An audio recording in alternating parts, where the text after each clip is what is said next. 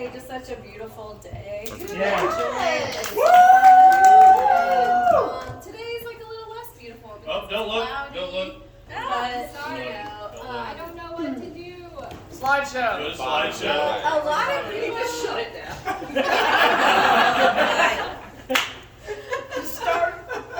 a lot of people like to start conversations with the weather, and a lot of people like me don't like small talk, so we like to complain about how people talk about the weather a lot.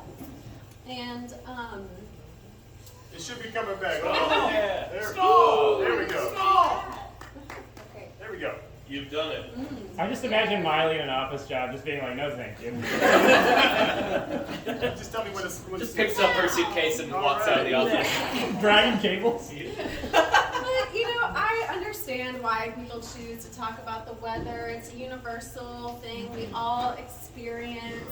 It's neutral, it doesn't fall into the category of you can't talk about politics or religion. And not everyone knows Jason Underwood, so you can't always start your conversation with, isn't Jason so funny? Or isn't he just so handsome? Or doesn't he throw the best birthday parties? Yeah, thank you. There we go. I think Miley was the first person. But there's a reason we all talk about the weather. It's genetic. We inherited it from our great-great-great-great-grandparents because there was a time when people were not lazy animals who sat in front of computers, and our ancestors spent all their time outside, and they needed to discuss the weather for their jobs, like farming and sailing. Who's that? It serves this social function of creating some common ground, and we can all talk about that time that the rain came pouring down at the Underwood wedding. It was very memorable. And with like climate change and crazy weather, it's just more important to our everyday conversation. And I think weather makes things memorable. Like, how boring would Jason and Miley trip to Canada be if there wasn't a lot of snow? They'd just be walking in the woods like they would here. But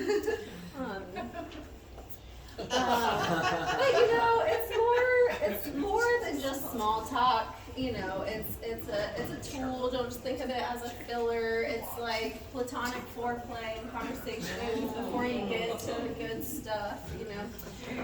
So just appreciate its power next time you're forced to talk about it. But if you refuse to embrace weather as your foreplay, you can talk about some other things like Hera, maybe improv, The Office, what you're feeling insecure about. Don't talk to me about Star Wars because I'll just stare blankly at you. How hot is Miley though? And you can talk about seeing DI and the Wild.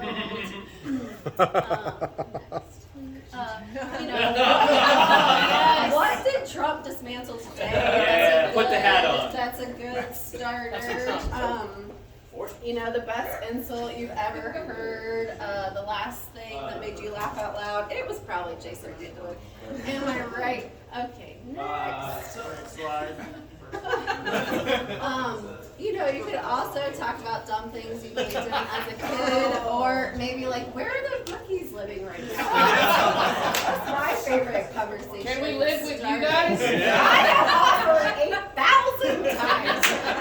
5-star. She needs the hands for the livestock. And then lastly, if you don't have anything else to start with, you can talk about what was it like on the day of Jason's birthday. February 1st, 1981. This is also known as the weather. Could someone actually tell me what it was that day?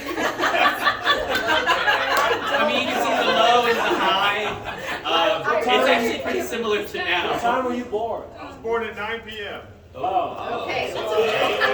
Maybe. So It was about this. Oh, it was humid. It's very easy. Thank you. It wasn't humid to start.